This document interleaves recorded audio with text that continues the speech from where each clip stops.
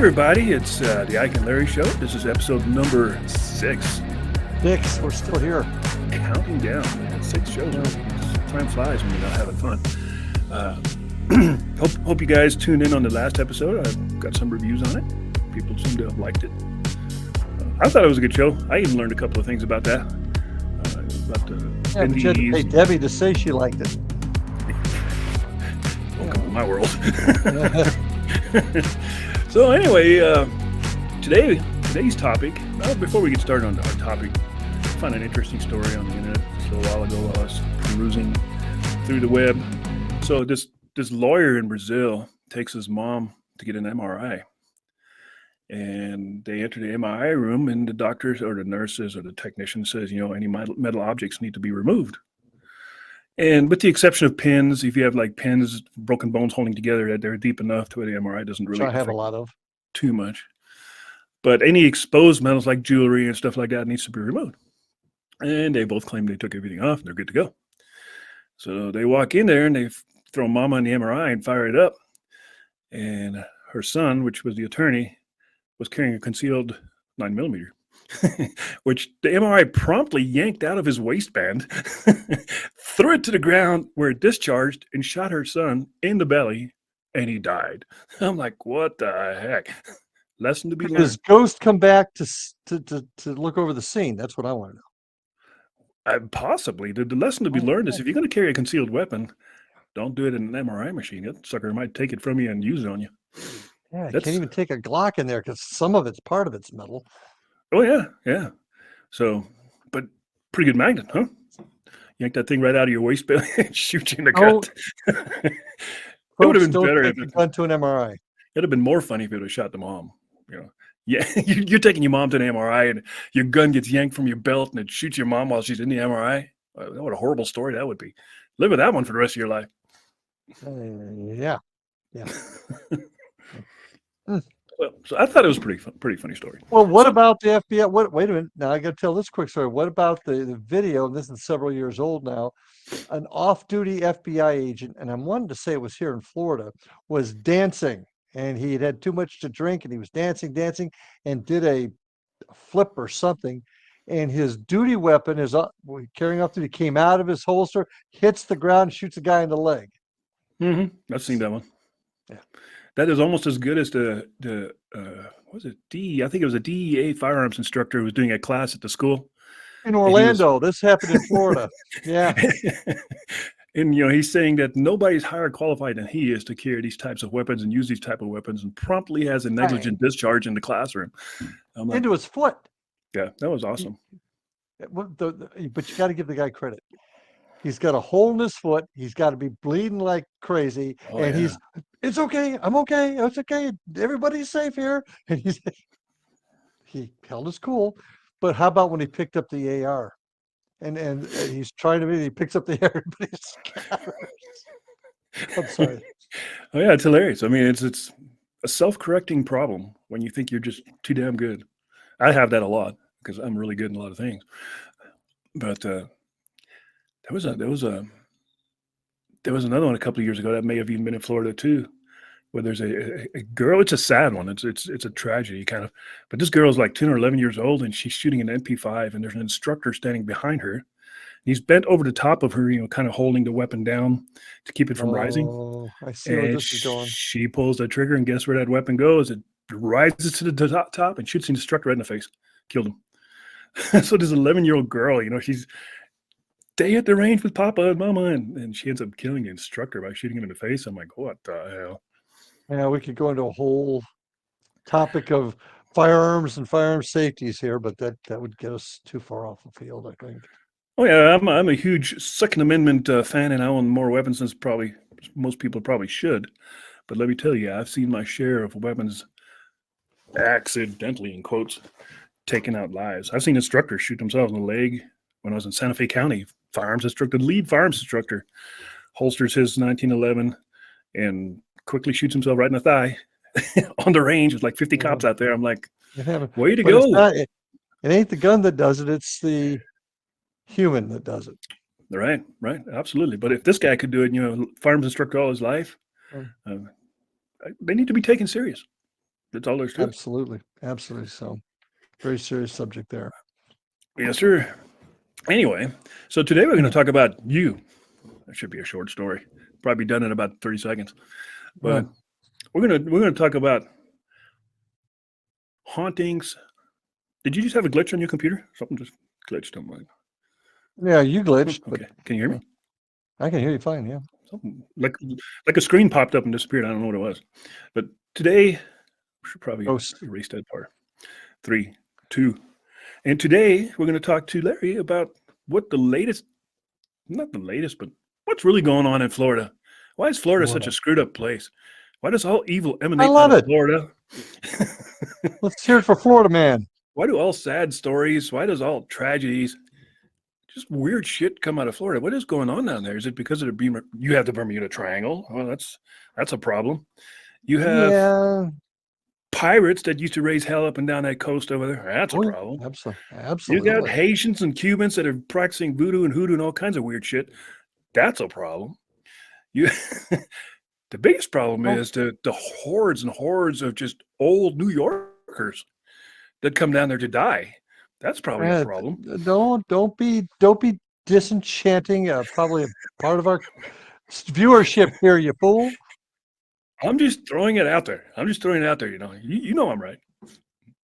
So, I'm trying what to do be you want to know politically correct about? because you're there.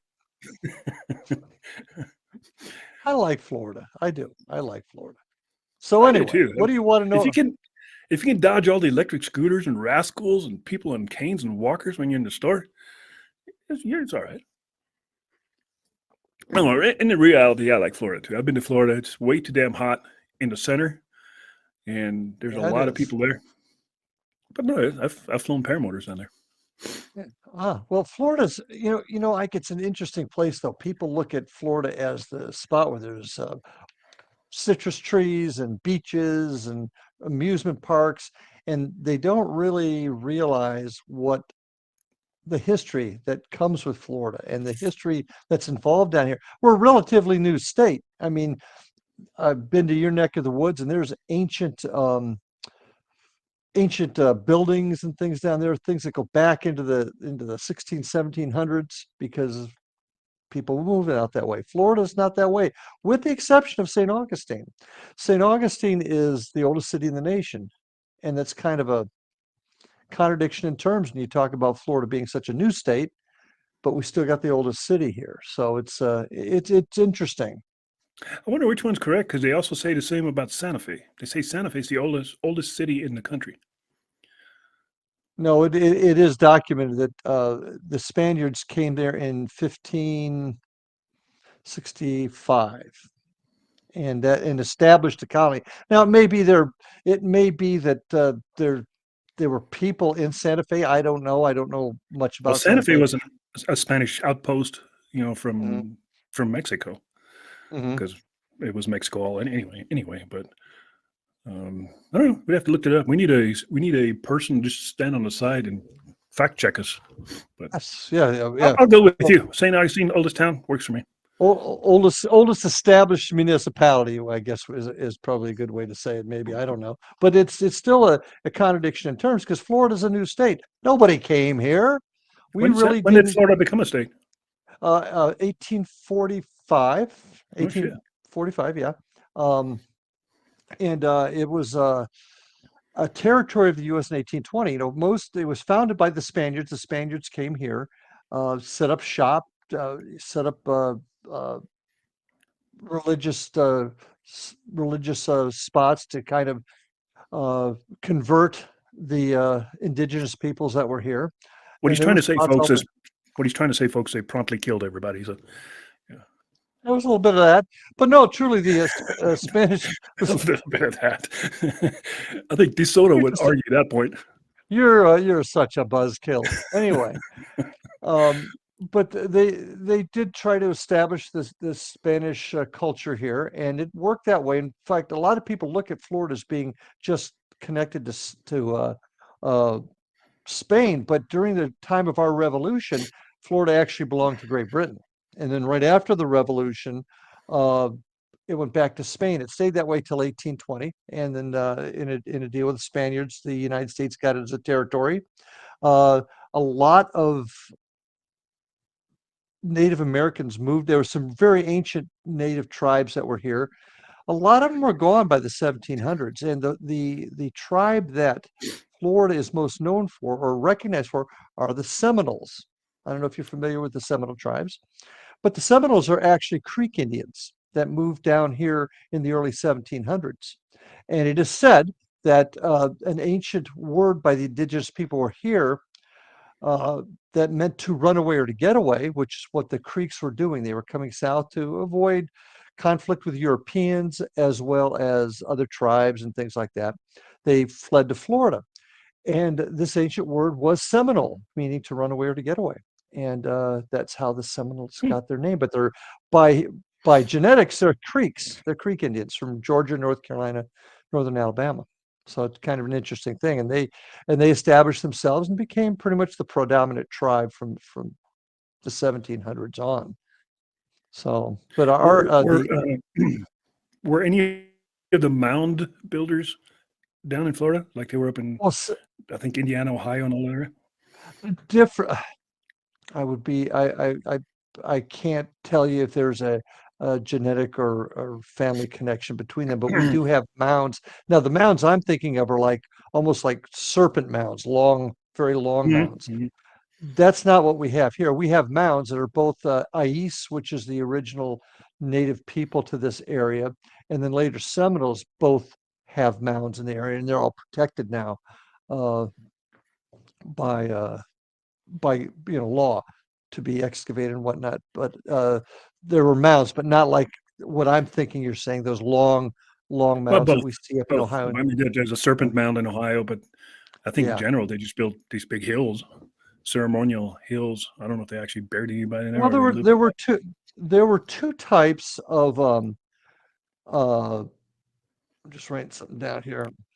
There's two types of mounds or middens as they're called here. They're used for either trash, throw their oyster shells and stuff in it, or their burial mounds, one of the two. And we've got both types here.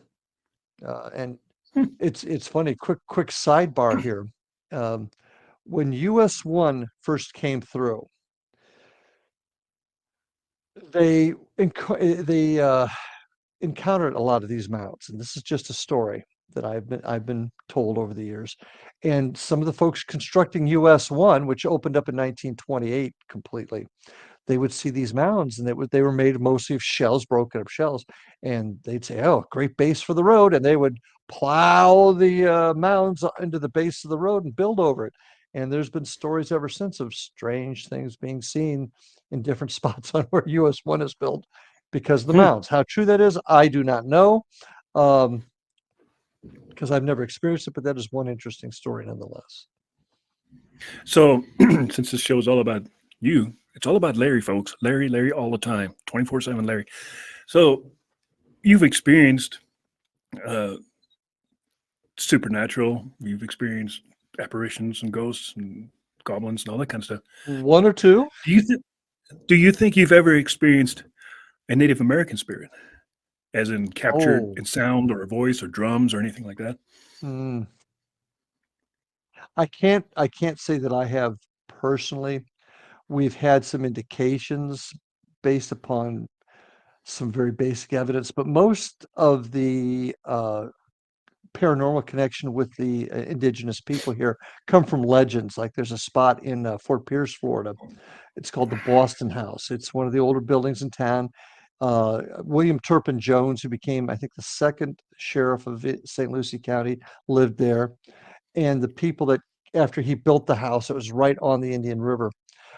People say that that were living there had seen uh, visions of Native Americans or indigenous people on the front lawn just conducting business like they may have done 100 years prior to that. There's lots of stories that, and there's stories of seeing Native Americans, indigenous people, all the way up down our Treasure Coast in particular, uh, whether they be Seminoles or Ais, which is the earlier peoples that were here. There's lots of stories about that. I personally have not. I can't sit here and tell you I've seen it. Now my son has. Um, we were doing an investigation in Fellsmere. I'm sure you've heard me speak a little old Fellsmere in the northwest corner of Indian River County.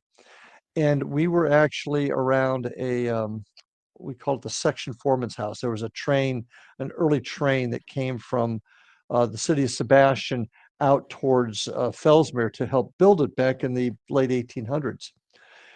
The section foreman house is where the crews changed and spent the night as they moved the train. The crews went back and forth on the rail. We were doing an investigation just before they moved it, and didn't get a whole lot with the house. But my son Evan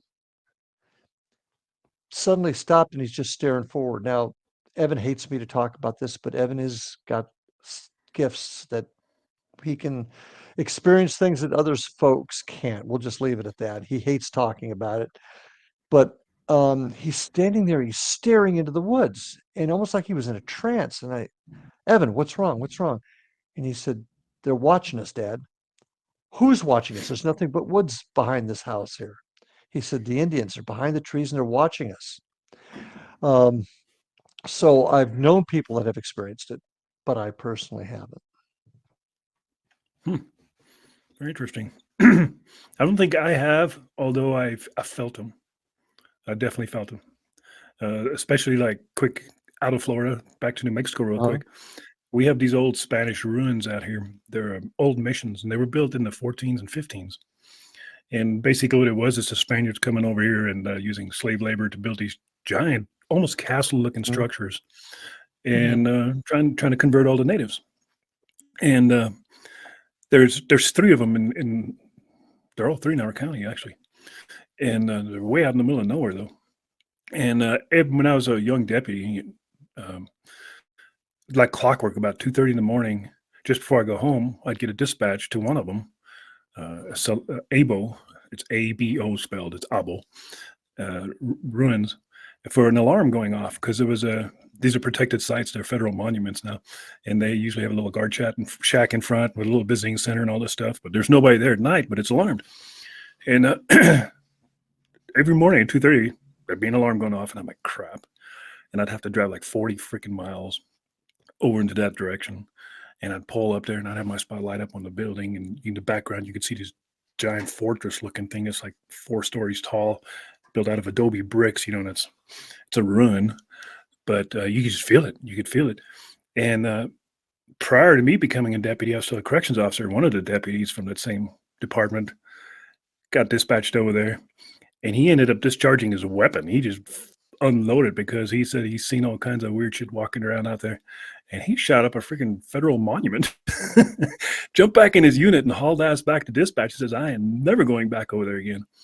So I Dang. mean, maybe that played tricks in my mind because I heard that story and I'm like, no, I'm the one going over there. I was never about to shoot the place up, but you could definitely hear and feel things in Uh, those places. And it'd be so cool just to spend a night there if they'd let you, but they won't. Uh, yeah. what a But, cool but place. but Florida tends to be, I think, in a lot of ways because of the indigenous people's connection here.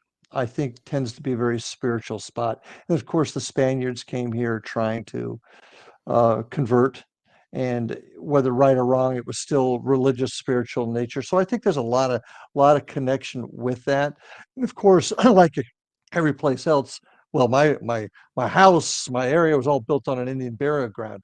Well, there's a lot of spots that really did happen because Florida became people started coming down here into the 1840s and living here, but it was all from about the Ocala, maybe Orlando area north. Nobody got to where we were down here, especially on the interior. There were no roads, there was no railroads. Railroads didn't even make their way down here until the late 1800s when Flagler completed the Florida East Coast Railroad that went from Jacksonville and eventually all the way down to Key West. But really, other than deer trails, animal trails, or coming in off the coast, there wasn't a whole lot of access to everything from Orlando south in Florida. So once again, Did they did they did they ever find the Fountain of Youth? Did you find it? Did you go looking for it? can't you tell? I'm 95 years No. old. Oh, my bad. uh, no, the Fountain of Youth was just De Leon and those folks. They never know. There's a place in St. Augustine that is designated as what they said was the Fountain of Youth, but that obviously never existed. It was a uh, What's his name? fantasy Ponce de story. Leon. Yeah, Ponce de Leon. Yep, that's right. yeah. No, I'll tell you what, St. Augustine, old place, and it's a tourist place, but it's still very, very cool. Love St. Augustine. That's where Indian River hauntings and all the work that I've done really came into being. And St. Augustine is a haunted town. There's no question that there's experiences and things going on there that can't be explained rationally with today's sciences. And No, I the totally light, get that because if you know, it has all the ingredients to be a haunted town. I mean, for me, when I think of Florida, and I think most people that aren't from Florida, when they think of Florida, fall in love with the whole pirate thing. You know, because it was a pirate area, and also the sure British was. out there and the British ships and all that stuff. But between them and the indigenous people and the masses of New Yorkers that have passed away in that state, you're bound to have just You're tons and tons of killing me. spirits floating around.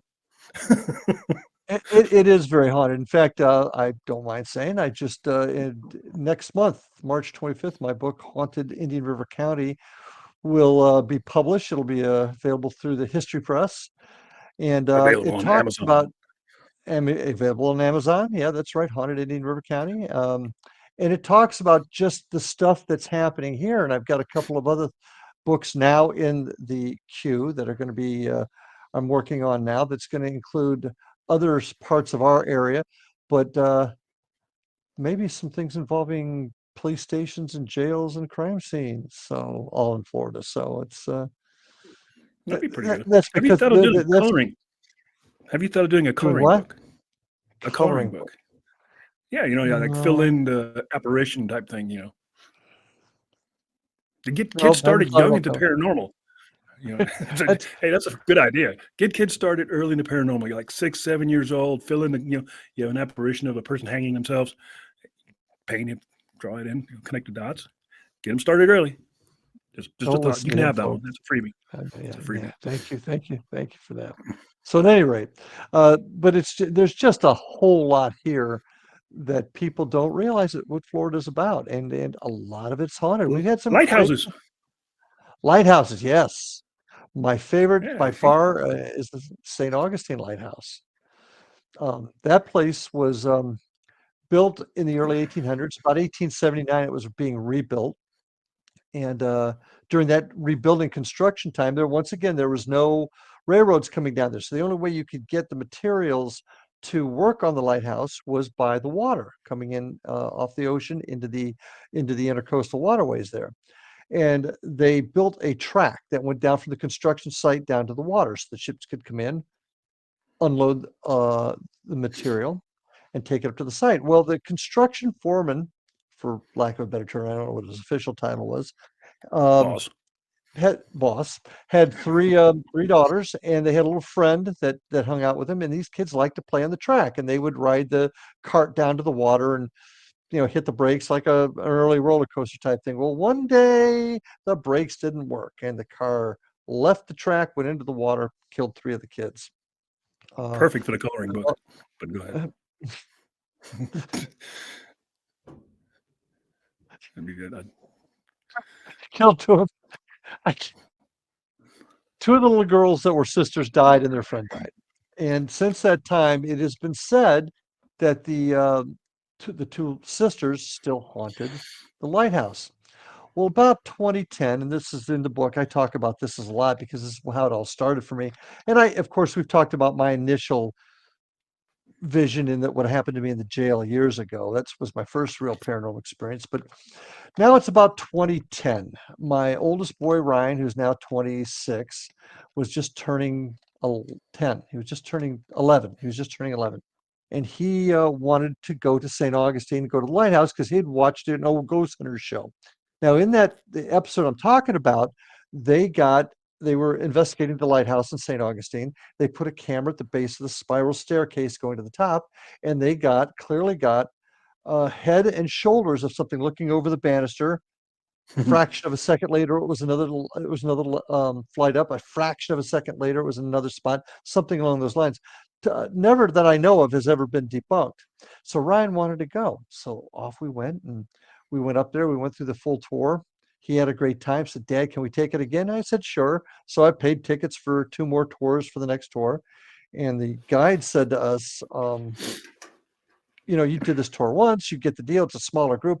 I'm going to take everybody to the into the lightkeeper's house. You guys can have the lighthouse all to yourself. Cool. Sweet. So here's my son and I were on like the 4th floor, big thick walls. You can't hear anything outside. You hear the wind whipping through the top, but you can't hear people outside because we're about 4 stations up, nice thick walls. And dang if we didn't hear kids laughing. Now, being a cop, first thing I do is I'm looking for wires and speakers and stuff, right? Figuring they're piping stuff into nothing, nothing at all. And that's kind of what got us started all this. Now, I've been back to the lighthouse in St. Augustine half a dozen times, and we've never left there without an experience. Whether one time we were there and the door to the inside of the lighthouse just locked, and it wouldn't open. The staff had to come and use a key to open it and get us out. No explanation. We were in there one time, me and my 2 boys and a buddy of theirs, Sam Mengar. We went in there. We were there just to do a Dark of the Moon tour. We brought our equipment, and we literally were able to track something that was playing with us. It said it was the little, I don't know. It was just very, very, very interesting, and things have been seen there. Just a great place and a lot of history too. But St. Augustine Lighthouse goes to the go. I'm sorry, Dark. What do you think makes lighthouses more haunted or more attractive to spirits than the neighborhood beach shack? What does anything? I don't know. Could it be the solitude that came with a lightkeeper's life? That somehow that emotion is seeps into the walls. That some of the times the tragedy, because let's face it, lighthouses were often the site of some major shipwrecks and bad things. So maybe there's a lot of ocean there. Obviously, you've got salt water, which is said to be or water in general, to be a heavy conduit. What I about don't know. what about the responsibility of being a lighthouse keeper and screwing it up? You fucked up and you've lost a couple of ships out there because you didn't do your job correctly. That would weigh pretty heavy on you. And all those things could come into play, but it certainly is uh,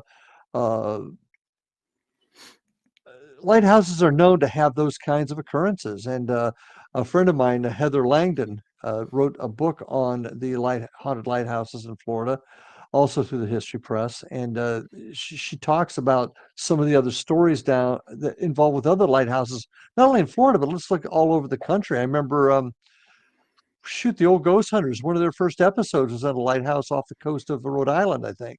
That was haunted, and they actually, whether it was faked or not, I don't think it was, but they actually got a chair being moved across the floor. So I don't know, but I can tell you St. Augustine's has got crazy things happening to it. Now, just to put it on a more realistic footing, every year my team and I, we plan a trip somewhere. And a year ago, January, we were able to secure the entire lighthouse and its grounds to ourselves. Nobody but us to investigate the lighthouse, everything. That's cool. Well, it was, but it was quiet. We got almost nothing Hmm. out of it. It's the only time we've ever been there where nothing's happened. But I think it also goes to prove that whatever it is on the other side does not just automatically come out because we're there. They come out when Right. they dang well feel like it. Right. So, but that's a crazy place. Speaking of the ocean, I mean, to me, that's the most fascinating part about Florida. It's just the coast. Everything else Mhm. can just go. But ghost ships. Are there any sightings, ghost ships out there ever? Ghost lights? There's ghost lights on stuff like that all the time. We have all kinds of things that happen there. I'll tell you another quick story. This just occurred the 1st of January. We did our first investigation of the year at a place called a House of Refuge. Chessie Lane, good friend of mine, is the historical curator in Martin County, Florida, which is in Stewart. And the team and I went down to the House of Refuge. And what this was, in the 1800s, the government built life-saving stations, and they're about anywhere from 60 to 80 miles apart up the coast, all the way up to probably Cape Canaveral. And it was designed to help uh, shipwrecked sailors find refuge after they come ashore. And they were set in such a way that if you went north or south up the coast, you'd eventually hit one if you were stranded. Well, this place has had a really well-known haunted history and a lot of things going on there. And while we were investigating, we were out by the water and we were using a spirit box and we started getting names of folks, and the names matched a name that was on the monument there. But the thing that really got me, and this is where boat came into play, uh, because of all the U-boats that ran up and down the Florida coast, the east coast of the U.S. In general during World War II, we asked, "Do you see any U-boats?" And sure enough, we heard U-boat over the spirit box. We heard That's names. yeah. Yeah, What are it, the odds of that, something saying U-boat? yeah, no, I mean, most young people today don't even know what a U-boat is, much Right. less its significance to history. And that spot, because all these houses of refuge later became, when the U.S. Life Saving Service and the Revenue Service came together, that's what created the Coast Guard. And these places became Coast Guard stations and also used by Navy personnel during the war. And they were up on our coast. It was used to find, look for U-boats because we were getting ships sunk all the time off our coast. So yeah, U-boats are an important part of our history. So that was kind of an interesting uh, conversation. And we got some other really interesting stuff out of there too. We were expecting to get a lot of Native American or indigenous peoples stuff there, and we really didn't. What we got were old sailors. What we got indications of old sailors and things like that there. So the sea does hold a lot of secrets. I mean, the sailors were suspicious, or not suspicious, a superstitious bunch. Superstitious. I mean, they Oh had yeah. so many superstitions about the sea and the Hmm. things that happen out there. I mean, there's probably a reason for it. You also butt up against the Bermuda Triangle out there, right? Yes, the Bermuda Triangle goes from basically the Miami area out to the Bahamas, up to the Bermuda, and then down. It makes a big triangle. A lot of talk of what it is and what it might be and what it's not. Um, I'm going to speak sacrilege here. How I'm dare I'm you? not I'm not gonna be I'm not convinced it's a paranormal spot. Like, I'm gonna let you in a little secret. I don't know if I've told you about this or not. But Flight 19, you've heard of Flight 19, the five TBF Avenger torpedo bombers? Yeah. They flew out of Fort Lauderdale. That was the primary training base for TBF crews during World War II, was Lauderdale. And a lot of these folks were down in were training out of there. Flight 19, for those that don't know, it was right after World War II ended. I want to say December. Yeah, it was in December, I think, of 45, right after World War II ended. And they were training some crews that just disappeared. And they flew out, they flew on a training mission, got lost, they got transmissions from them, and they poof, just disappeared. Nobody ever saw them again. But my crew, FBPI, is working on some theories right now. We don't think they crashed in the water. Hmm. We think they, with the exception of one, we think they might have crashed on the peninsula of Florida and sank into glade-like areas from the city of Titusville south. We don't think it was. We think it was a navigational error, and we're still working on it. But there's certainly a lot of mysteries of the Bermuda Triangle. But I'm not convinced they're paranormal. Well, the way I see it, there's an unusual amount, more than normal amount of disappearing aircrafts and ships in that area, but it's also an area of really potent ocean storms. So that Oh kind of yeah. correlates. You get crazy storms out there pre hurricane, after, post hurricane, whatever. I mean, that's a wild ass ocean out there. Shit can go bad. It, and there's talk about methane pockets in the Yeah, bottom of the floor. I'm not ruling out a I've been accused paranormal of that myself, explanation. but Yeah. but I've never crashed a plane because of it. No, but I mean, if you were in one, it could cause it. Um, Possibly. uh, just not sure yet. Just not sure yet. And I think that's Right. one thing in the paranormal that we have to do is we have to look at logical answers. Flight 19, for example, we think they got north of Daytona, and the flight lead, we think, got into a disagreement about where they were at with one of the Marine aviators that were piloting one of the Avengers, and The flight lead kept going, and he's in the water. The other four turned west, hit land, and we think landed in out there. And you know, and that was 80 years ago. And Hmm. currently, military aircraft are still disappearing and crashing in the ocean, along with civilian aircraft. Yeah, Flying is just one of those deals, especially over water. Spatial yeah, disorientation. I yeah. mean, there's been times I've flown, and you know what I fly is nothing compared to what these guys fly. But everybody just holds military pilots to this much higher standard. But in the real picture, your Southwest airline captain gets the same training. They're same equipment. They all do the same thing. They got four gauges they basically count on, and a Mhm, GPS. And when you're over the ocean, and if the conditions are just right, you cannot tell where the ocean starts and the sky starts. You know, the ocean and sky can be the same color, and they just melt together. And mhm. I've seen this more than once, and it is so confusing. You can look at him like, wow, I can see how you can fly straight into the water and not even think Oh about it God, twice. yeah, absolutely. And I do not want what I'm saying to be misconstrued as I do not believe that there's ever anything paranormal. I think there's a lot out there that has not been explained. I just happen to think that this particular case is not one Right. of them. But there's so many other stories of things happening where Well, they the just airliner just that went into the uh, swamp we mentioned on the first show, mhm. you got all the information on that Oh, one. But oh, Flight 401. Yep, that yep. was quite the story. That was an interesting thing because they couldn't get the nose wheel down. It was a Lockheed L-1011, and they couldn't get the nose wheel down. So they sent back in those days aircraft that size. In fact, most of them all carried three people in the cockpit: pilot, co-pilot, and a flight engineer. Nowadays, I don't think they carry a flight engineer unless they're going over the Oh, pond to Europe, to another continent. But in this particular case, they sent the flight engineer, the third officer, down, second officer, down into the an area just underneath the cockpit to visually see if that nose wheel went down. The pilot had put it on autopilot to stay up there while they were checking the wheel, and somehow it's believed that the pilot actually accidentally bumped the autopilot off, oh and shit. the aircraft slowly kept doing this, not enough that they could feel it, but kept going down as it was turning. And then next thing you know, they realize their mistake right above the ground, and they just nosed right into the Everglades. Mhm. And there were a lot of survivors, but a lot of people died. Everybody in the cockpit died, of course, when it nosed in.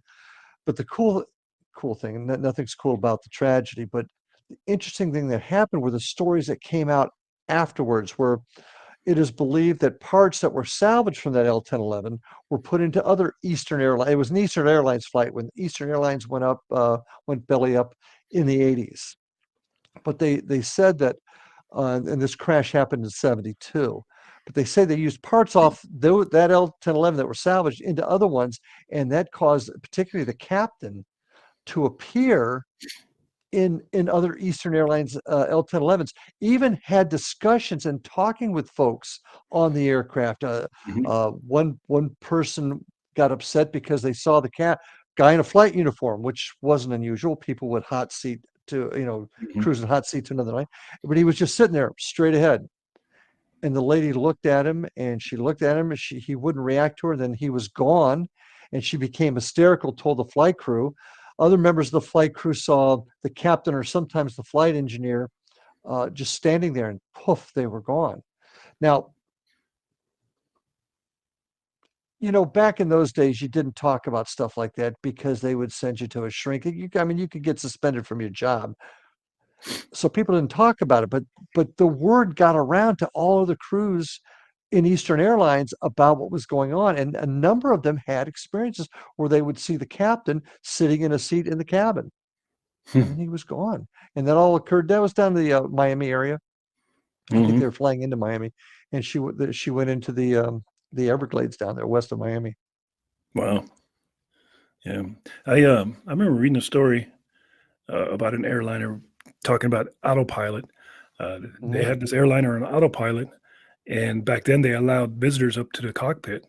And the captain had his son come up. I think it was a Russian airliner, and the captain had his son come up. This happened not all that long ago, and the son came up, and he let the son sit in the captain's chair and put his hands on the yoke. He says, "Don't yank it around or anything, but just touch the yoke, which is the steering wheel."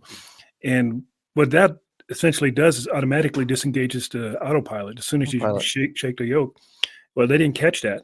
So the son played around for a little bit, got out, went back, and the captain went back with the son, and the co-pilot wasn't paying attention, and the whole time the plane was just gradually going into a dive, and eventually got into a dive so steep they couldn't recover, and everybody bought it. Be great for the coloring book, but straight into the ground. Don't touch the yoke, people. Stay out of it. I don't think they allow people in the flight deck anymore. I think those days are long over. Long over, long over. So, hey, folks, you like this coloring book idea? Let us know. Dude, I'll make you a copy. I'll send you one. That sounds pretty good to me. So anyway, Most people- pirates. What are famous pirates in Florida? Pirates. I mean, you must have Blackbeard, Yellowbeard, all the beards. Most of the beards. Henry Jennings is my favorite. He was a pirate, but some say he was a pirate. Most people consider him a privateer. Do you know the difference? Okay, a lot of folks don't. Privateer is somebody.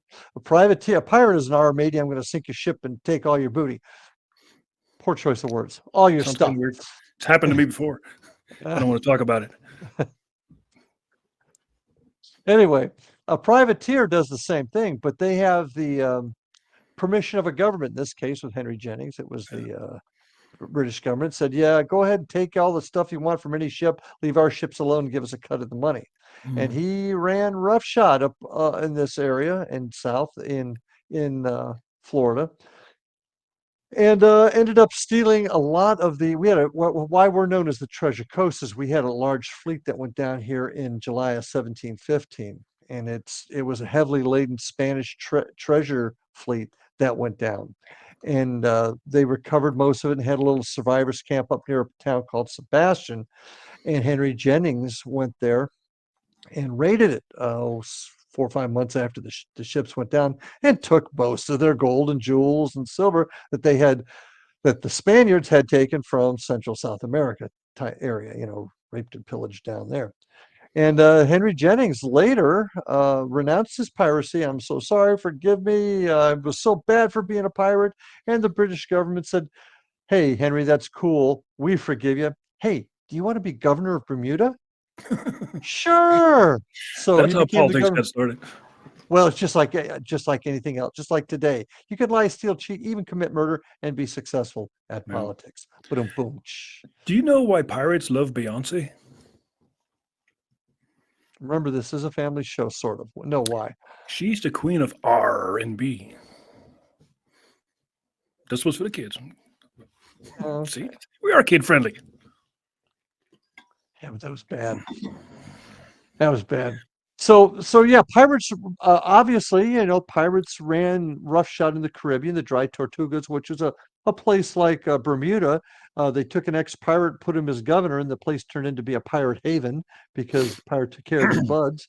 So the pirates were a big deal in the Caribbean and all the way up the East Coast, especially the trade route back to Europe. Where they would catch a lot of the gold, jewels and golds coming back on treasure ships.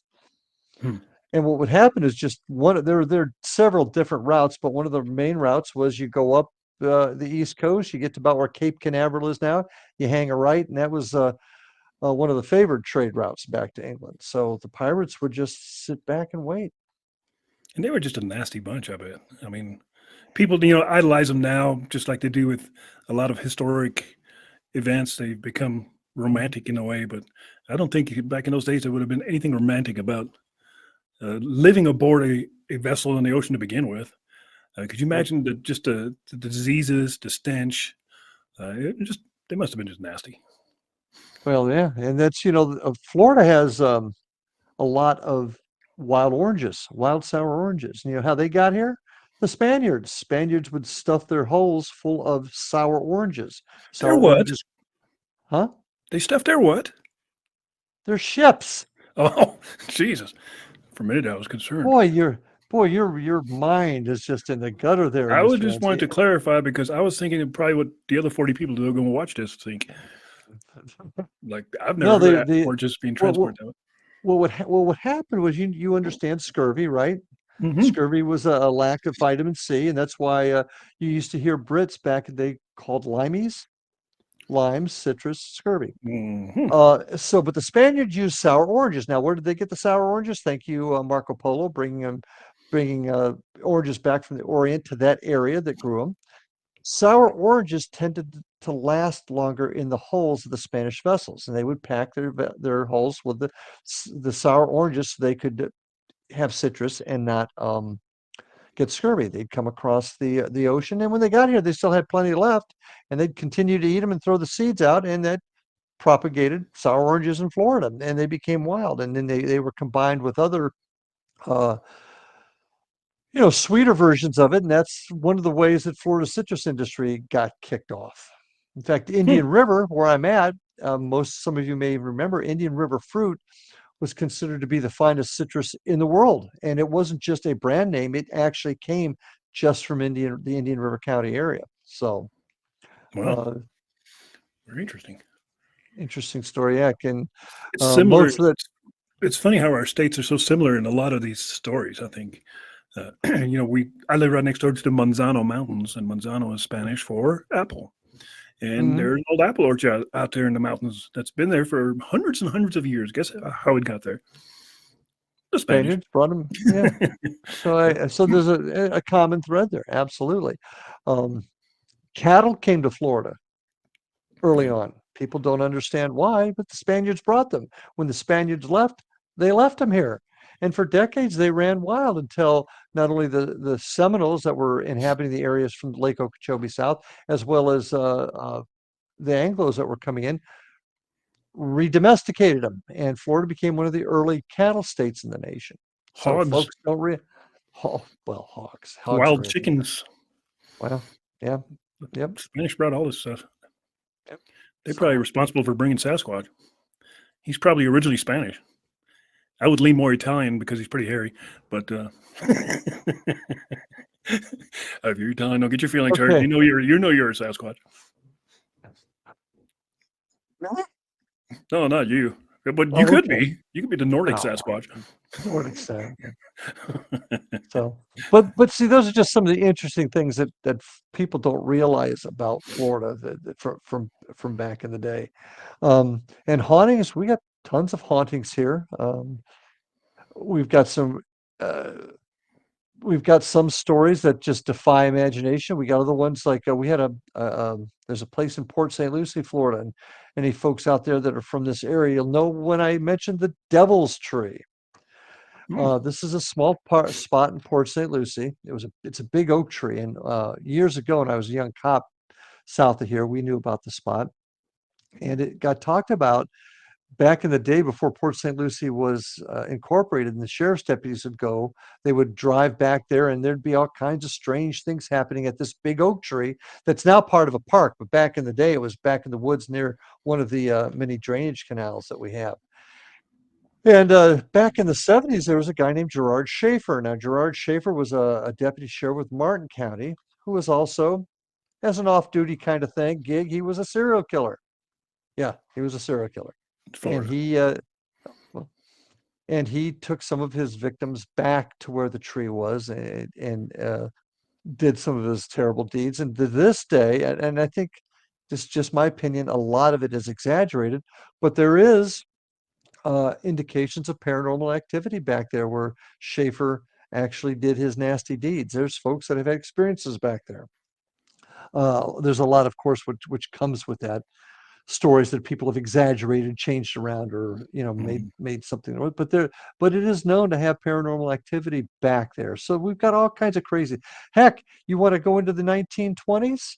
Where do you think the gangsters from Chicago and Detroit and stuff went in the winter? To get away from they came down here, and God knows how many people didn't. Either that or they went to Las Vegas. God knows how many people were victims of mob hits Oh that were yeah, just imagine the swamps dumped are out. full. Well, not now because the gators get them, but yeah, it may be some remnants. No, remnants full of spiritual energy. Ah, gotcha. Why does it always take longer for anything to be done or get done on a ghost ship? It's a joke. I know. Tell me why it takes longer to get things done on a ghost ship. They got a skeleton crew.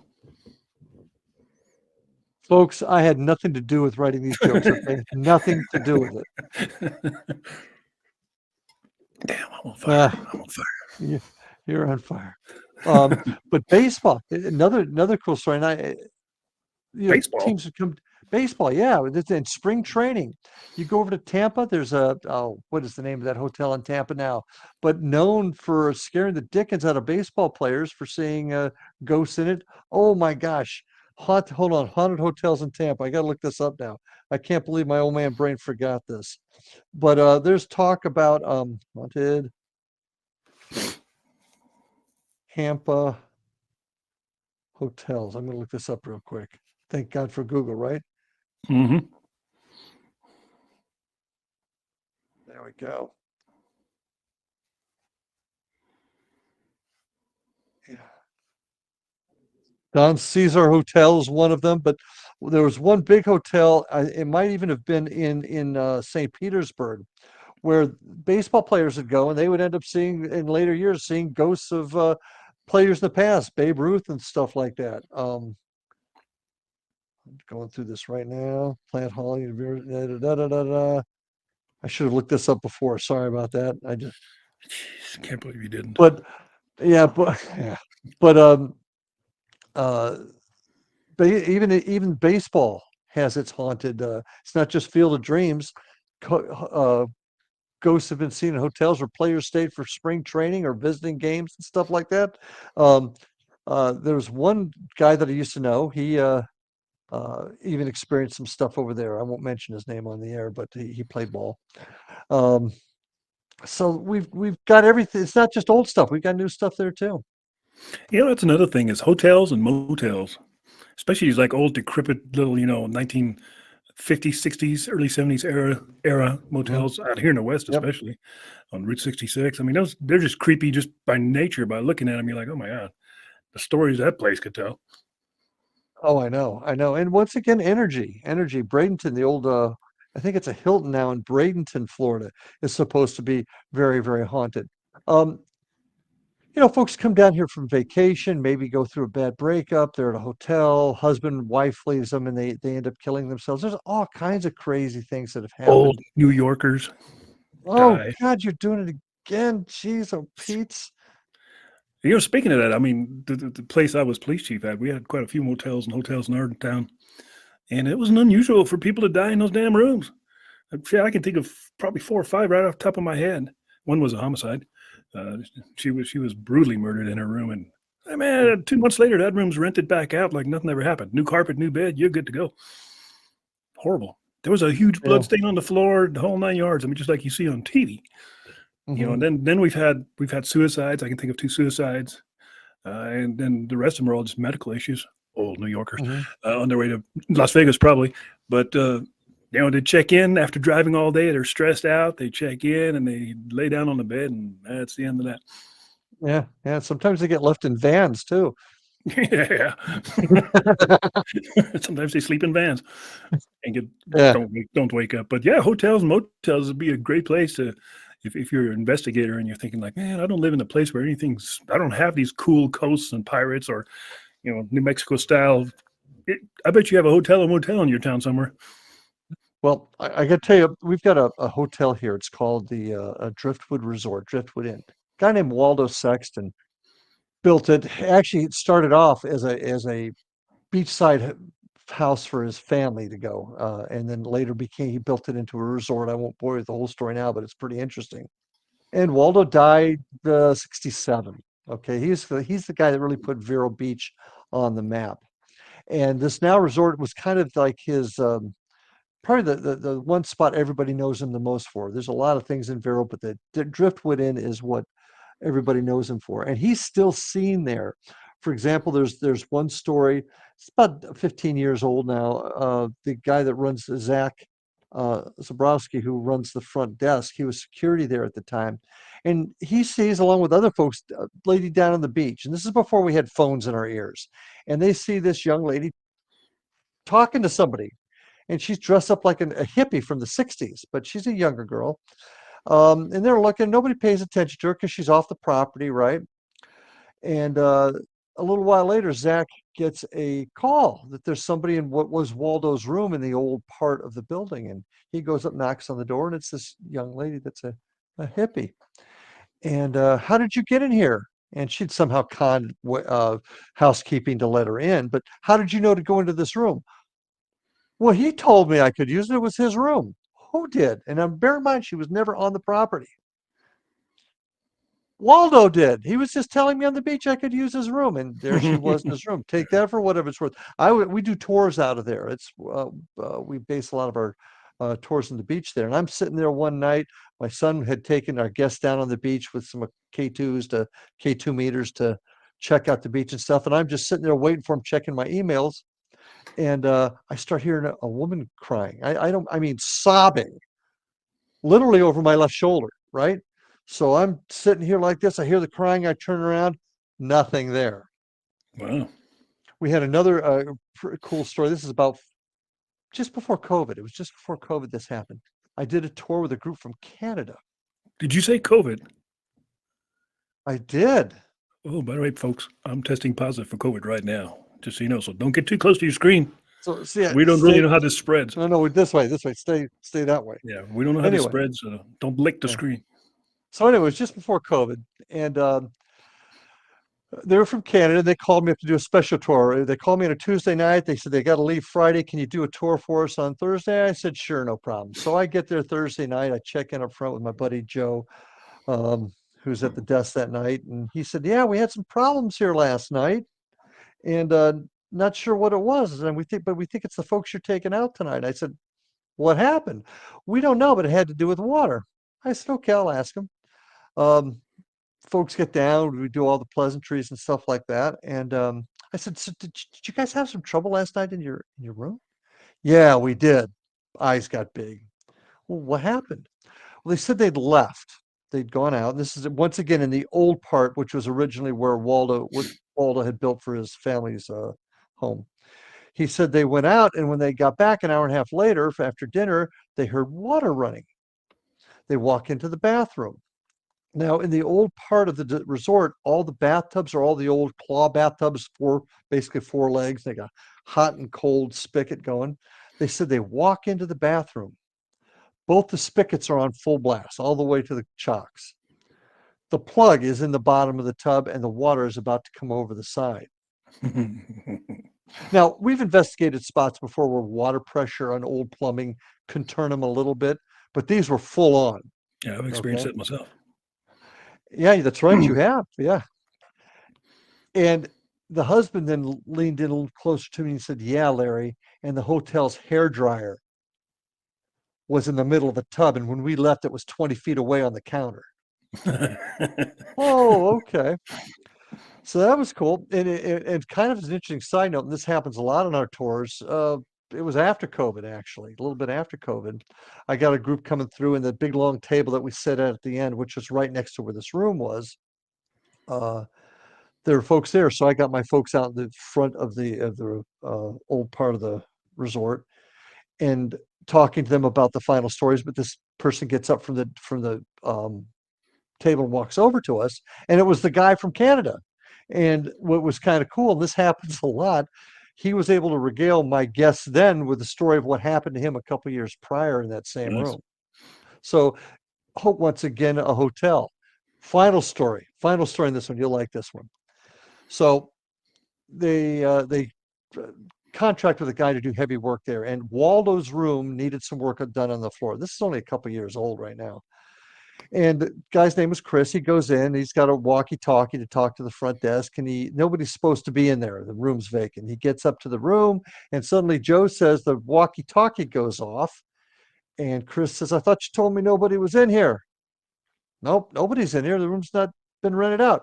Well, I'm looking at someone, and he was looking through the window into the room, and he sees a rather rotund gentleman with no shirt on in a rocking chair, rocking back and forth. They make eye contact. The guy inside in the rocking chair acknowledges him, gets up and walks to the back and these rooms are really big and with multiple rooms, and walks to the back. Folks come on over to the front, unlock the door to go in. Nobody there. This is multiple, so Yeah, hotels, crazy things happen in hotels. Now, look, people, if stuff like that happens to you, what are you supposed to believe? Can you still be a skeptic when stuff like that happens to you? I mean, I've Yeah. experienced most of the stuff that you've mentioned in different scenarios, and it's just like, the most common thing people tell me, ghosts can't be real because how are you hearing footsteps if you can't see them? Why aren't they falling through the floor and ending up at the bottom floor? Why aren't they just falling through the earth since they have no substance? I'm like, well, there's a difference between being invisible and Well, not seeing them. I mean, there's a lot of things you can't see that are there. I can give you one right but now. you're Wind. also applying science and reality as we recognize it today with something that may not even apply. Exactly. And just because you don't see it doesn't mean it's not there. There's Yeah, many things that are exactly. invisible. I mean, transparent is a difference. Mhm, There's a difference between transparent and invisible.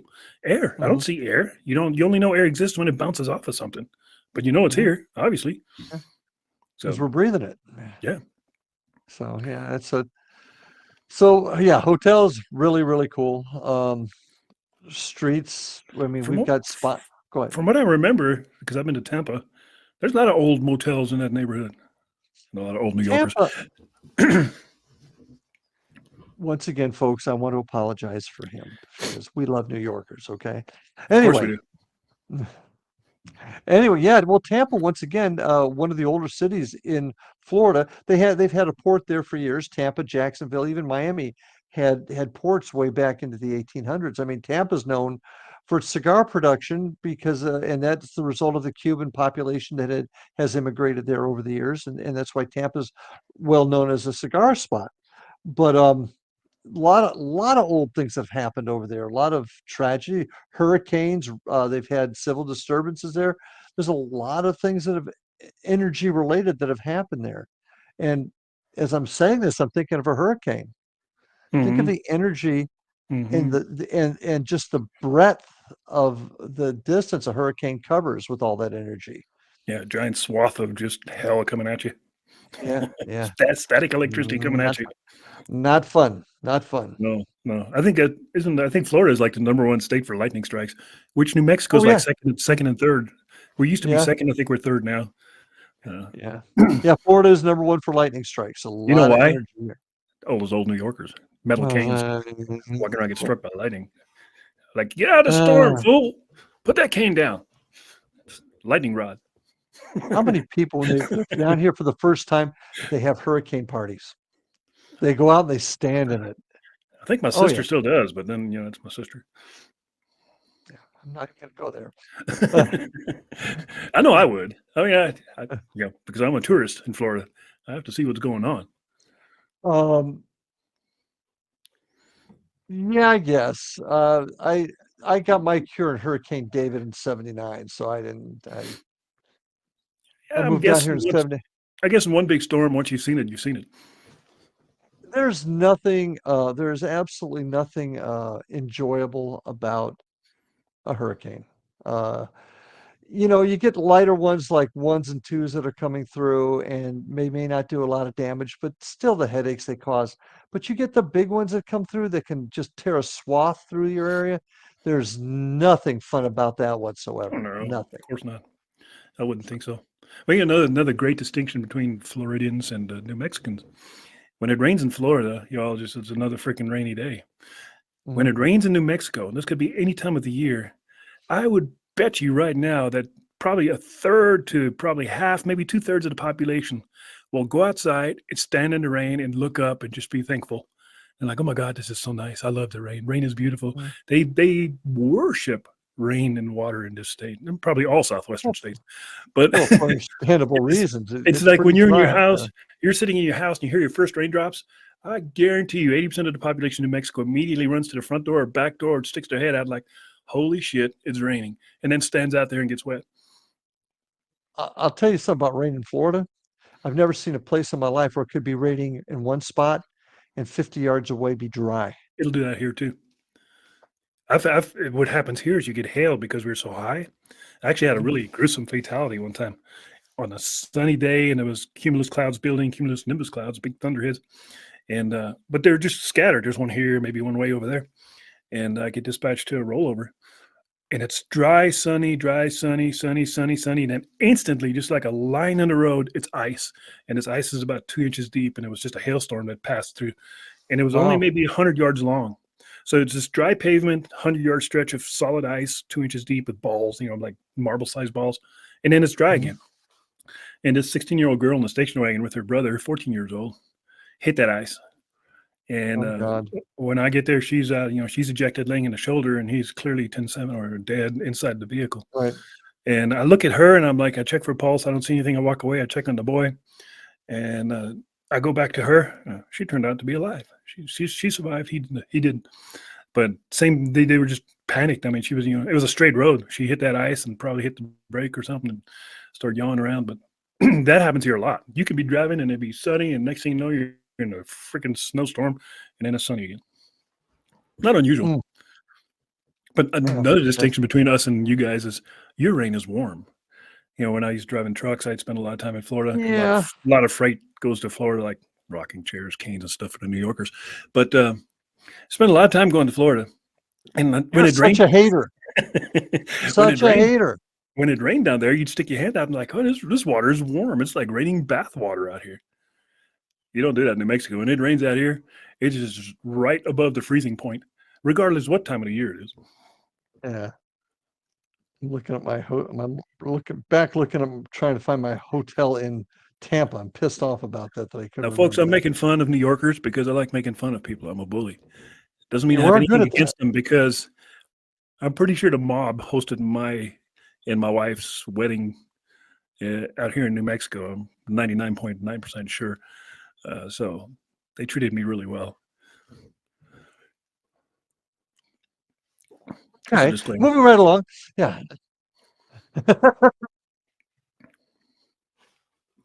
So, what other questions do you have about Florida? Florida. Well, we covered. I don't think we've really talked enough about pirates, since I like the whole pirate thing. But Mhm. then I don't know anything about pirates, and probably what I know is from television, which is probably 99% wrong. I mean, let's face it. It was a new world over here. There were riches and things that probably couldn't be found anywhere else that were ripe for the taking. Uh, and the weather's great down south. I mean, go ahead. Nationality of pirates. What most pirates were they? British? Were they Irish, Oh, Scottish, Germans, Spanish, they came Spanish, Spanish, Portuguese? British, Portuguese. I think was predominantly I know that England owned a lot or claimed dominion over a lot of the islands in the Caribbean, as did the Spaniards. So I think that was predominantly a lot of it. But pirates, I don't think came from any specific nationality. Uh, I mean, the Tortugas was known as a pirate haven, as was Bermuda. And it's just you didn't have the horrid winters that you did in England or in parts of Europe, I'm assuming. Jim Wilson's a good friend of mine. I wish we had him on the show. He can really, I mean, he's really an expert on pirates themselves. But pirate ships have been seen out, ghost ships in uh, not so much the lagoon area, but on the barrier islands. They've been seen out there over the years, and Because most of the Caribbean out there, all the islands out there, like Tortuga and all those places, they're still pretty well split up by nationalities, right? I mean, some are still British islands, some are American islands, like Jamaica. Some Mhm. are still Portuguese, I'm guessing. I think there's even But, some Dutch or German islands out there. Dutch, yeah. I mean, oh gosh, a young American girl went missing there. It was Oh yeah, yeah, yeah. The little blonde girl. yeah, Uh, that was a Dutch island, Netherlands Antilles. So yeah, yeah, there's lots of Dutch islands out there, but British and mostly British. Um, French owned a French. lot of them. Yeah, but they're all of them are independent now. I think the only one that claims dominion to is maybe Bahamas and Bermuda. No, they're even independent now, but their connection is still with England. Hmm. I've never been out there. I have a friend. She's a police officer, and You have a she friend? spent just a few, but she Oh, spent her youth. She had a runaway. She was like mhm, 17 years old. She ran away from home and found mhm, herself living in Jamaica, I think it was, mhm. and she lived down there for over a year or two. and she said water was more expensive than alcohol. She goes, everybody drinks rum, everybody's drunk all the freaking time. She goes, Mhm. literally, the water's not safe to drink. You have to buy bottled water, and it costs more than a bottle of rum does. And she goes, yeah, Mm. people just drink a lot down there. Well, and that's another thing, and there are ghost stories that come with this too. Florida during Prohibition was not only a spot for the gangsters to come down this way, but also smuggling a lot of booze in from these islands. The Bahamas in particular was British, and they would booze was legal there, so people would go out here. A group called the Ashley Gang, in particular, would go to the Bahamas, buy liquor there, and smuggle it back into the U.S. And we would have stories of all kinds of killings and deaths related to the booze smuggling industry during Prohibition down here, in particular. There's one spot, it's a famous hotel, it's a famous restaurant here. It was called the Hurricane Harbor, and then it was a place called Krabby Bill's. But back in the 20s, it was owned by an individual who made it was a garage, but the front of it was kind of a front just to be a kind of a garage. McCain was the name. And he built the back of it to store his booze. And he built a dock that went out into the water, but the dock had a trap door underneath it that they would bring the booze up and hide it in the back. His house, after he died, which was across the street from the garage, it's now the parking lot, was well known to be haunted. Wow, A lot of it being having to do with the Prohibition days. So that was a huge thing in this area. I can see that. You also have the island out there, Bimini. Bimini Island's out close by, isn't it? Not Bimini's to the north of us, I believe. It's not when you think of islands in here, it's mostly the Bahamas, Jamaica, Haiti. Yeah, it's more north, That and yeah, but Bimini's 30. Something big happened on Bimini. What was it? Nuclear test? Something. I can't. It's on the tip of my. no, all the nuclear tests were done in the Pacific, I believe. Bimini was famous for something. Damn it! It's stuck in my brain for a reason. Once again, let's go right back here to the Bimini. Oh, I'm sorry, I stand corrected. It's pretty much off the coast of Miami. It's south of Bahamas, not north of. My mistake there. British owned. Things to do in Bimini. It's British owned. Yeah, Wow. Because it's only goes like back 30 to miles out, right? yeah, it's not far off at all, and it's part of the Bahamas chain. So, sport fishing capital of the world, they call it. Well, I thought something bigger happened there, but it's kind of interesting that you would have a foreign country just 30 miles offshore there. Well, yeah, I mean, you know what the fruit was supposed to be? We were supposed to be known as the capital of. It wasn't oranges, it was pineapple. Pineapple was supposed to be Yeah. our big fruit industry down here, and then it got around the turn of the last century, it went away. And that's a lot of it was because of Flagler, the guy that built the railroad, was involved with the Cuban pineapple industry. And that's only what 90 miles off the coast of Key West. How So far we've is got Haiti and the Dominican Republic? not far, 90, less than 100 miles God, away. I never Yeah. realized that it was all that close to you. Oh, it's very, very, very, very close. In fact, if you take a cruise out of Fort Lauderdale, for example, on some of the cruise lines, they have private islands that are attached to Haiti. They'll just cruise by there and you get out and you know, Well, it's in Haiti, but it's their own private island or a private area that nobody can get to. Yeah, it's when I all very, very close. when I was working in the prisons, we had a lot of convicts from the Dominican Republic, and I talked to them quite often. And there was some kind of story of where, because the country's like split in half. It's one island, and it's split right Yeah, down the middle, and it's right, French. right. And French and one side Spanish. is fairly prosperous, and the other side is just third world worst bad. And the deal was, I can't remember what the story was. Once again, I'm making shit up probably, but they sold their soul to the devil. Something happened here where the country was split, and one of them was promised to prosper, and the other side not so much. And it's pretty much how it panned out. And I want to say it's the Dominican Republic that kind of did fairly well, and the Haiti side Haiti's Haiti's is tough. not doing too good. Haiti's tough. You mentioned voodoo earlier when we were talking, and that's where Haiti was where voodoo was born, and it was a combination. It was the French Catholic priests tried to convert the folks that lived there. And the folks that lived there, many of them were slaves, and they were Yoruba people who had another religion.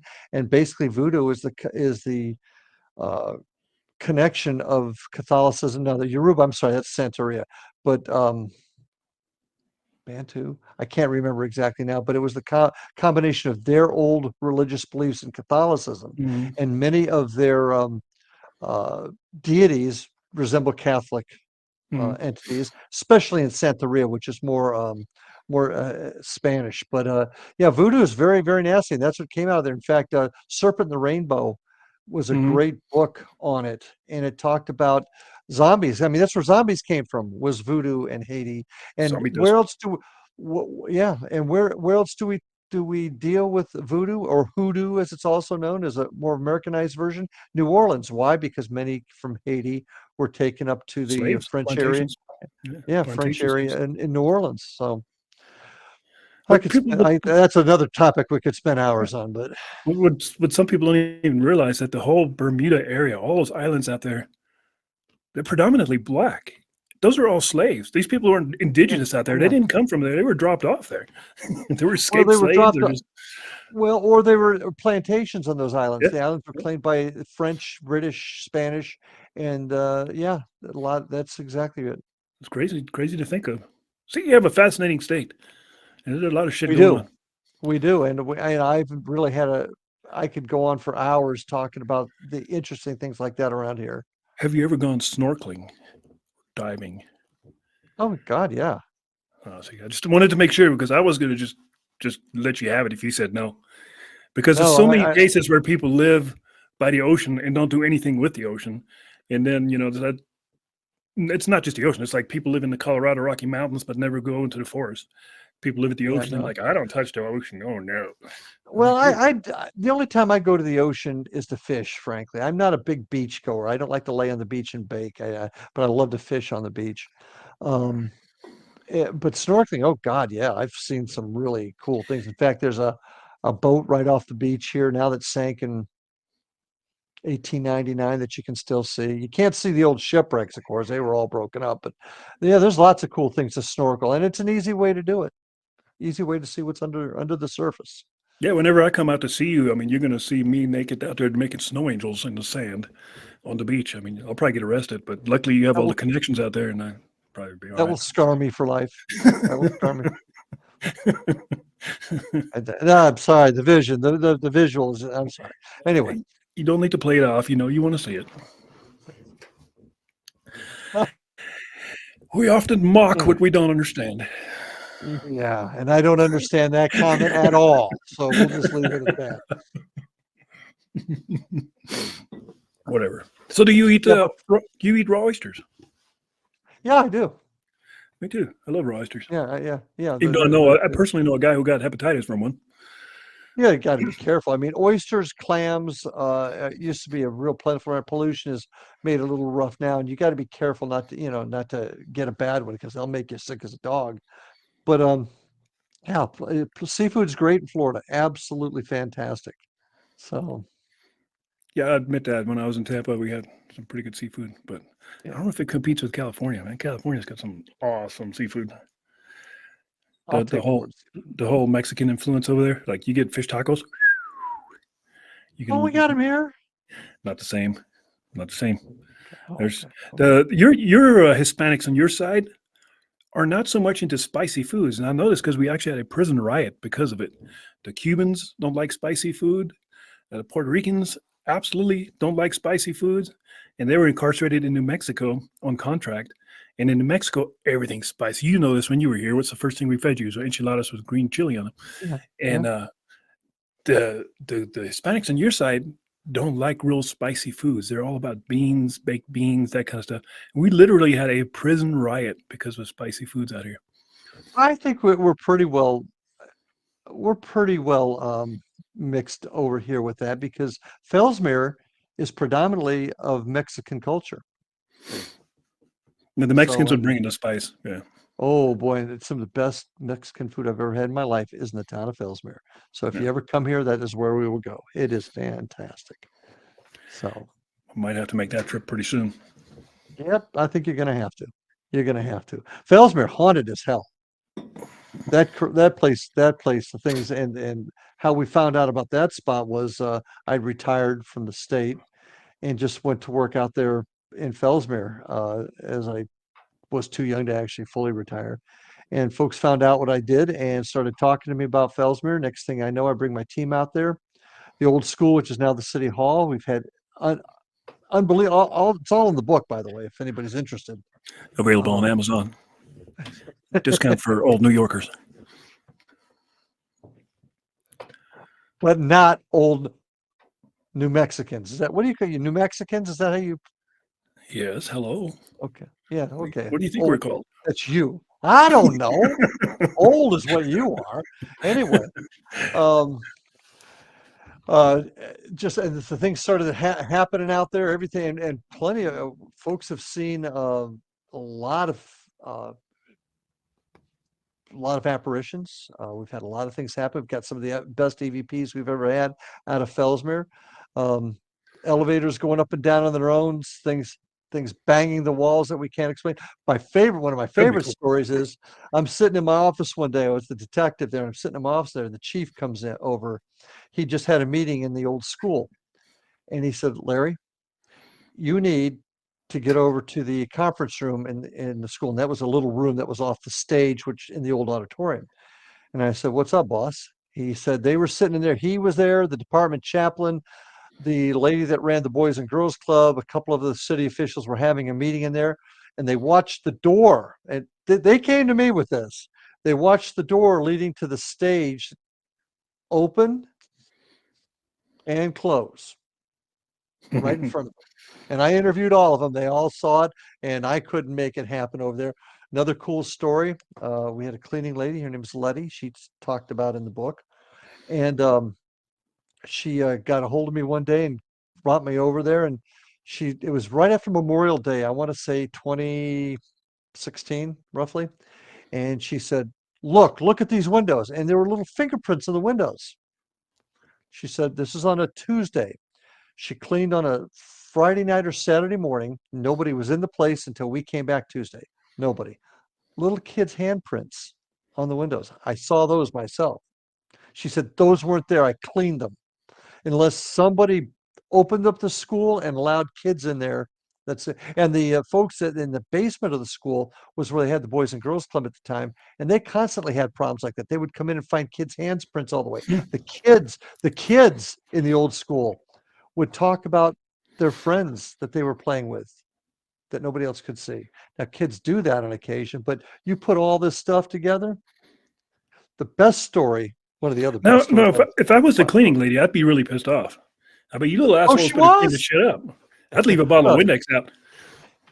She would tell me things to be moving around all the time, and she would tell me she'd get pebbles thrown at her inside the school.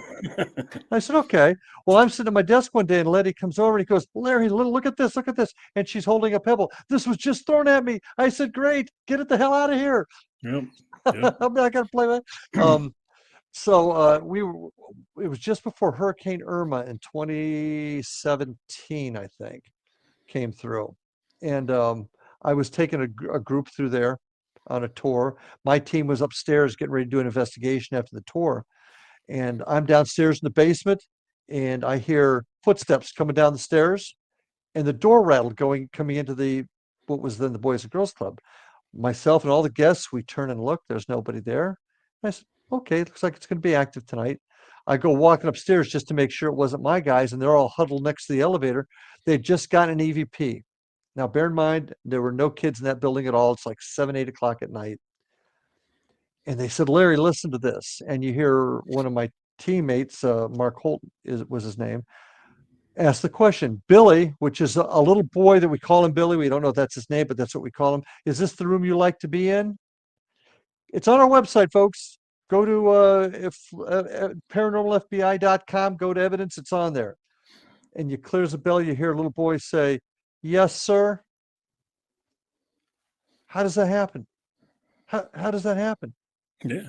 You know? So yeah, Fellsmere is a great place. One of the many haunted It's always spots in our area. it's always great when somebody else, especially somebody in a position of power or authority, asks you to look into something. When I Oh was in the yeah. district attorney's office, and we shared the building with the district courts, and there was a district judge in there, and he's an old cowboy guy. He's not old; he's my age, so yeah, he is old. It's old. But Yeah. old cowboy guy, no nonsense kind of guy. You know, district judges are like the closest thing to God. Every attorney aspires to be one. So this district judge, he calls my office, and then the office secretary transfers to me. Or Judge so and so's on the line. I'm like, oh shit, what do I do now? And he goes, Ike, can you come over to my office? And I'm like, I'm in route, sir. So I leave my office, go down the hallway, go into his office, and close the door behind you, have a seat. And I'm like, oh shit, what's up? What's up, Judge? Yeah, I'm not looking under your robe. I don't care what you say. But he goes, I understand you believe in ghosts. And I'm like, well, I believe in spirits and I believe in all kinds of weird shit, but don't hold it against me. He goes, right behind him, he had the last judicial or judge's office in a series of 3. And behind him is the holding cells, you know, where they stuff them before trial in courts and stuff like that. And this Mhm. is a new building. This building's only like 15 years old at the time. And he goes, and he has cameras in his office where he can watch the holding cells and everything else. And he goes, these Mhm. goddamn doors are opening and closing by themselves. They're slamming. There's nobody back there. The lights are off. There ain't no deputies back there. What do you think's going on? I'm like, it sounds to me like you got some shit happening back in there. And he goes, well, what are we going to do about it? And I'm like, well, let me put a recorder back there. And I tried to get some EVPs. Now, I did catch the sound of a door opening and closing one time, but I never caught any voices or anything like that because he Mhm. moved from district judge into the federal judge. He actually became a U.S. federal judge. So he was out there, which is sad because I finally had a real friend that was somebody. You know, I have a buddy. I have a buddy who's asking me to ghost bust, and he's a freaking district judge. That's pretty cool. Yeah. And you know, everything had to be in the down low. You know, I don't let this get out. Don't tell anybody that I called you in here to look into this because it's all about their appearance, just like cops. You know, don't tell anybody you hear or see things because you might be crazy. But that was a cool little side story, real quick. The last thing I want to touch on, we're running out of time. We don't have a time limit, folks, but I try to keep it in 1.5 hours. We can go for 3 hours if I wanted to. That's a decision we make. And if you don't like it, turn off. But anyway, the one thing we didn't mention is the overwhelming amount of UFO sightings you guys also have down there. Freaking all A along lot the of coast. I mean, every time I turn on TikTok or something, there's a new UFO video coming out of Florida. Now, half of them are probably yeah. fake, but the other half are pretty freaking good. Is it because you have NASA out there doing all kinds of weird crap and that just draws That's UFOs to look at it? that's one of the theories. But a lot of them also occur near a lot of the military bases. There's up what we call the Panhandle or the Big Bend, where Florida goes up and then bends to the west. There's a lot of them up in that neck of the woods too. But there's also a lot of military bases also. Is water part of it? There's many that say that Oh, yeah. those we just don't know. Is Just don't there know. is the ocean deep over there by you in that neck of the woods? Are there trenches like Yes, California? yes. It's not California has deep the like the Marianas Pacific. Trench. Yeah, it's not deep like the Pacific Ocean by far, but yeah, we've got some deep areas. We got the shelf that goes. It's a few miles off the coast, but then it goes down pretty deep. That's where the next weird paranormal mysteries are going to appear from the depth of the ocean. Yeah, no doubt. Something slimy is going to come out and we'll I'm promptly kill it and eat it. Hand me that barbecue sauce. It's delicious. Oh So, well. anything else? I think this was a good episode. We've learned a lot about Yeah, it Larry was fun. Lawson people. We know he likes oysters. He has dived before. That's pretty cool. We know he likes lighthouses. And Mhm. yeah, good A stories. lot of ghost stories. Hey, once again, where's it going to be located at? It's my book. If you're interested, you want to read more about our area of Florida, Available on Amazon. Haunted Indian River County. If you want to check that out, I'll give you just a flavor. I've told a couple of the stories here, but I got a lot more in there, and maybe Yeah. more to come in the future. And folks, do check it out. Do buy that book. I mean, come on. Got to put some work into it. It's not going to break you. You're not going to lose your freaking house because you buy Larry's book, pussy. Come on, buy it. I will as soon as it's available. You can pre-order right now, Ike. Yeah, but it's not available till March, is it? March 25th. March 25th is the official There you release date. go. I've already been Have a good eyeballing one. it. Oh, okay. You the man. You the man. Yeah, It'll have be some. for sale. I mean, available in March. And I think my coloring book idea will be hacked and probably copied and stolen here fairly soon. I can feel it. Probably be available in June. Right there. Yeah, right, Ike. Right. Anyway, good episode. I appreciate you all listening and watching. If Yep. you are Thanks, watching, guys. available on Spotify also, but we're always an episode or two behind on Spotify because it takes me forever to upload, and I can't synchronize both shows at the same time because I just don't have the bandwidth out here in New Mexico's third world country Yep. to upload content continuously. I'm barely able to pull this off. If you're watching this on YouTube, IDK Paranormal at YouTube, like, subscribe, leave a comment. There's people starting to wake up a little bit. They're not so scared anymore, and they're saying things, which is great. Put your big pants on.